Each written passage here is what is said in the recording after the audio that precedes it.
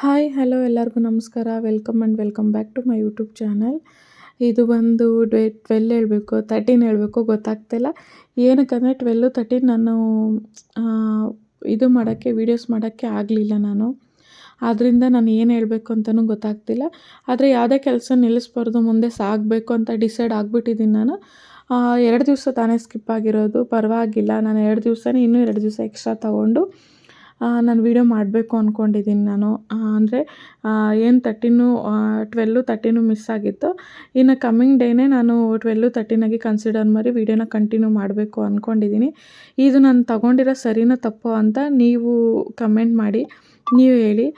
ನನಗೆ ಗೊತ್ತು ನನ್ನ ವೀಡಿಯೋ ಇಷ್ಟಪಡೋರು ಒಬ್ಬರಾಗಲಿ ಇಬ್ಬರಾಗಲಿ, ಅದು ನನ್ನ ಫ್ರೆಂಡ್ಸೇ ಆಗಲಿ ಫ್ಯಾಮಿಲಿನೇ ಆಗಿರಲಿ, ಇಲ್ಲ ನ್ಯೂ ಸಬ್ಸ್ಕ್ರೈಬರ್ ಯಾರೋ ಬೇರೆಯವರು ಅನ್ನೋನ್ ಪರ್ಸನ್ ಅಂದರೆ ಗೊತ್ತಿಲ್ಲದೆ ಇರೋ ಅಂಥ ನನ್ನ ಫ್ಯಾಮಿಲಿ ಆಗಿದ್ದರು ಕೂಡ ನಾನು ಕೇಳ್ಕೊಳ್ಳೋದು ಇಷ್ಟೇ. ಓಕೆ, ನಾನು ಈ ಥರ ಮಾಡ್ಬೋದು ಅಂತ ನಿಮ್ಗೆ ಓಕೆ ಅನಿಸಿದ್ರೆ ನನಗೆ ಕಮೆಂಟ್ ಮಾಡಿ ಪ್ಲೀಸ್.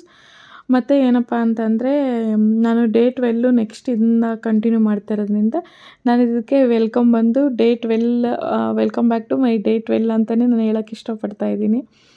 ಮತ್ತೇನಪ್ಪ ಅಂದರೆ ಡೇ 12 ಸಂಡೇ ಬಂದಿತ್ತು. ಸಂಡೇ ಆಗಿದ್ದರಿಂದ ನಾನು ಒಂದು ಫಂಕ್ಷನ್ಗೆ ಹೋಗೋದಿತ್ತು, ಫ್ಯಾಮಿಲಿ ಫಂಕ್ಷನ್ಗೆ ಹೋಗಬೇಕಾಗಿತ್ತು.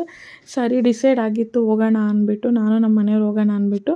ಅವ್ರೇನು ಮಾಡಿದ್ರು, ಬೆಳಗ್ಗೆ ಕ್ಯಾನ್ಸಲ್ ಮಾಡಿಬಿಟ್ರು. ನಾನು ಒಬ್ಬನೇ ಹೋಗ್ಬಿಟ್ಟು ಬರ್ತೀನಿ, ಮನೇಲೇ ಇರು, ತುಂಬ ದೂರ ಹೋಗಬೇಕು ಆಗೋದಿಲ್ಲ, ಮಗುನ ಕರ್ಕೊಂಡು ನಿನ್ನ ಬೈಕಲ್ಲಿ ಅಷ್ಟೊಂದು ದೂರ ಆಗೋದಿಲ್ಲ. ಒಂದು 40 ಕಿಲೋಮೀಟರ್ಸ್ ಏನೋ ಇತ್ತು, 40 ಚೇಂಜ್ ಕಿಲೋಮೀಟರ್ಸ್ ಏನೋ ಇತ್ತದು.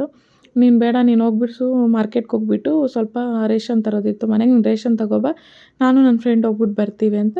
ನಾನು ಸರಿ ಆಯಿತು ಬಿಡು ಅಂದ್ಬಿಟ್ಟು ನಾನು ಬೆಳಗಿನ ರೊಟೀನ್ ಏನಿತ್ತೋ ಮುಗಿಸ್ಕೊಂಡು ನಾನು ಸರಿ ಸೂಪರ್ ಮಾರ್ಕೆಟ್ಗೆ ಹೋಗೋಣ ಅಂದ್ಬಿಟ್ಟು ನಾನು ರೆಡಿ ಆಗ್ತಾಯಿದ್ದೆ. ನಾನು ರೇಷನ್ ಎಲ್ಲ ತರೋಕೆ ಹೋಗೋಣ ಅಂದ್ಬಿಟ್ಟು ನಾನು ರೆಡಿ ಆಗಿಬಿಟ್ಟು ನಾರ್ಮಲಾಗಿ ಇನ್ನೇನು ಮನೆಯಿಂದ ಆಚೆ ಹೊರಡ್ತಾ ಇದ್ದೀನಿ. ಹೊರಡೋ ಟೈಮಲ್ಲಿ ಬೇಡ ನನ್ನ ಫ್ರೆಂಡ್ ಬರ್ತಾಯಿಲ್ಲ, ನಾವೇ ಹೋಗ್ಬಿಡೋಣ ಅಂತ ಹೇಳ್ಬಿಟ್ಟು ನಮ್ಮನ್ನು ಕರ್ಕೊಳ್ಳೋಕ್ಕೆ ರೆಡಿ ಮಾಡಿದ್ರು.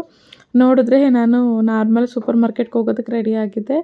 ಅವರು ಹೋಗಲಿ ಇರು, ನಾನು ಚೆನ್ನಾಗಿರೋದು ಡ್ರೆಸ್ ಆದರೂ ಮಾಡ್ಕೊಂಬರ್ತೀನಿ, ಇದು ಸೂಪರ್ ಮಾರ್ಕೆಟ್ಗೆ ಹೋಗಿ ಸಿಂಪಲಾಗಿ ರೆಡಿಯಾಗಿದ್ದೀನಿ ಅಂದರೆ ಪರವಾಗಿಲ್ಲ ನೀನು ಇದರಲ್ಲೇ ಚೆನ್ನಾಗಿ ಕಾಣಿಸ್ತಿದ್ಯಾ ಬಾ ಅಂದ್ಬಿಟ್ಟು ಆದರೆ ಕರ್ಕೊಂಡೋದ್ರು. ಗಂಡಸರು ಏನಪ್ಪ ಅಂದರೆ, ನಾವು ಮತ್ತೆ ರೆಡಿ ಆಗೋಕೆ ಹೋದರೆ ಎಲ್ಲಿ ಅವರ್ಗಟ್ಟೆ ಟೈಮ್ ತೊಗೊತೀವಿ ಅಂದ್ಬಿಟ್ಟು ಈಗ ಸುಳ್ಳು ಹೇಳ್ಬಿಡೋದು. ಮತ್ತು ಫಂಕ್ಷನ್ ಬಂದು ತುಂಬ ದೂರ ಇದ್ದು ತುಂಬ ಟಯರ್ಡ್ ಆಗಿಬಿಟ್ಟಿತ್ತು. ಬಂದು ಒಂದು 5 ಮಿನಿಟ್ಸ್ ಕೂಡ ರೆಸ್ಟ್ ಮಾಡಿಲ್ಲ.